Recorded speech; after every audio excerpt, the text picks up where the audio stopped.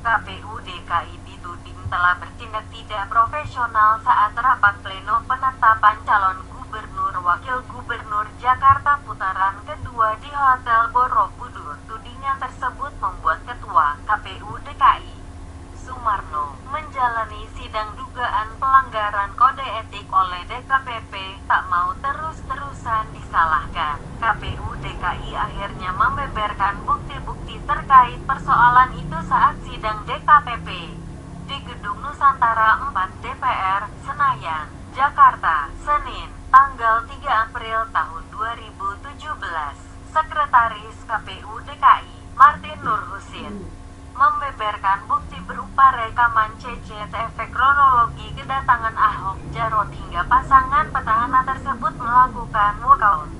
Pertama-tama, Martin menjelaskan soal isi undangan pleno penetapan paslon oleh KPU. Di dalam undangan, dia mengatakan telah disebutkan dengan jelas bahwa setiap paslon harus memasuki Hotel Borobudur melalui pintu belakang karena alasan Flores Ballroom, tempat berlangsung acara, yang sangat jauh dari lobi utama hotel. Panitia acara dari KPU pun telah disiapkan untuk menyambut kehadiran calon pemimpin DKI itu pukul 18.56 waktu Indonesia Barat, Sabtu, tanggal 4 Maret tahun 2017. Ahok tiba di Hotel Borobudur.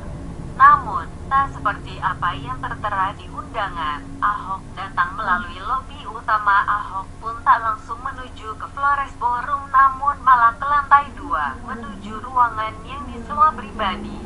Pukul 18.56 waktu Indonesia Barat, Pak Ahok di lobi utama langsung ke atas, bukan ke Flores Ballroom. Kami tidak terpantau ke lantai 2, ruang Sumba, ujar Martin sembari mempertontonkan rekaman CCTV.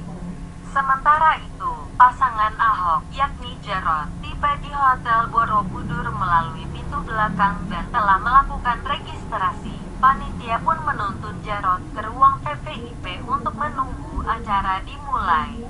Jam 18.56 Pak Jarot sudah datang dan melakukan registrasi. Itu kami persilahkan Pak Jarot menunggu di ruang VVIP, jelas Martin. Tak kunjung melihat Ahok. Panitia pun mencoba menghubungi liaison officer dari pasangan nomor urut 2 karena acara akan segera dimulai. Panitia juga menghubungi Anies Sandi dan berkata keduanya akan segera sampai. Hanya Anies Sandi yang membalas dengan berkata OTW, on the way atau sedang dalam perjalanan ke Flores. Ahok Jarot tak membalas. Jam 19 menghubungi paslon 2 lagi, meminta paslon 2 konfirmasi. Ternyata HP-nya mati. Paslon 2 tak dapat dihubungi. Disampaikan paslon 3 ke Flores Ballroom, jelas Martin dari rekaman CCTV. Ternyata Jarot pada pukul 19.15 waktu Indonesia Barat meninggalkan ruang VVIP melalui pintu yang langsung menuju Flores Ballroom, bukan dari pintu masuk tadi. Panitia pun tak tahu kemana Jarot beranjak. Jam 19.15 waktu Indonesia Barat, Pak Jarot meninggalkan ruang VVIP melalui pintu akses langsung ke Flores Ballroom. Kami tak mengetahui Jarot kemana, ucapnya. Tak lama berselang, Anies Sandi hadir di lokasi melalui pintu belakang. Seperti yang dijelaskan di undangan, keduanya lantas diarahkan ke ruangan VVIP untuk santap malam usai diwawancarai awak media sekitar 5 menit.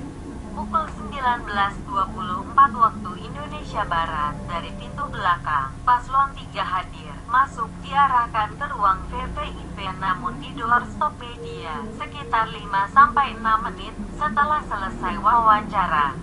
Diarahkan ke ruang VVIP untuk santap malam, kata Martin. Acara pleno tak kunjung dimulai karena panitia tak melihat Ahok. Namun tiba-tiba Ahok turun ke Flores Ballroom untuk mencari ketua KPU di Sumarno. Pukul 19.49 waktu Indonesia Barat, Pak Basuki turun dari lantai 2 menuju Flores Ballroom mencari ketua KPUD. Pukul 19.51 waktu Indonesia Barat masuk ke ruang VVIP mencari Pak Ketua, beber Martin.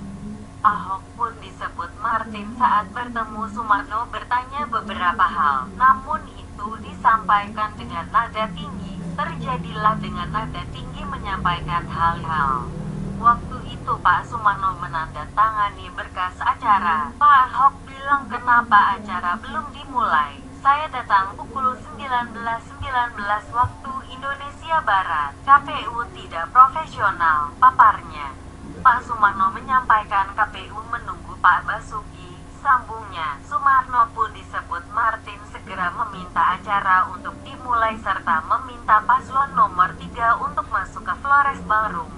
Namun saat acara mau dimulai, Ahok WO, pukul 19.55 waktu Indonesia Barat, Pak Basuki walk out. Pukul 20:05 waktu Indonesia Barat kami memulai acara.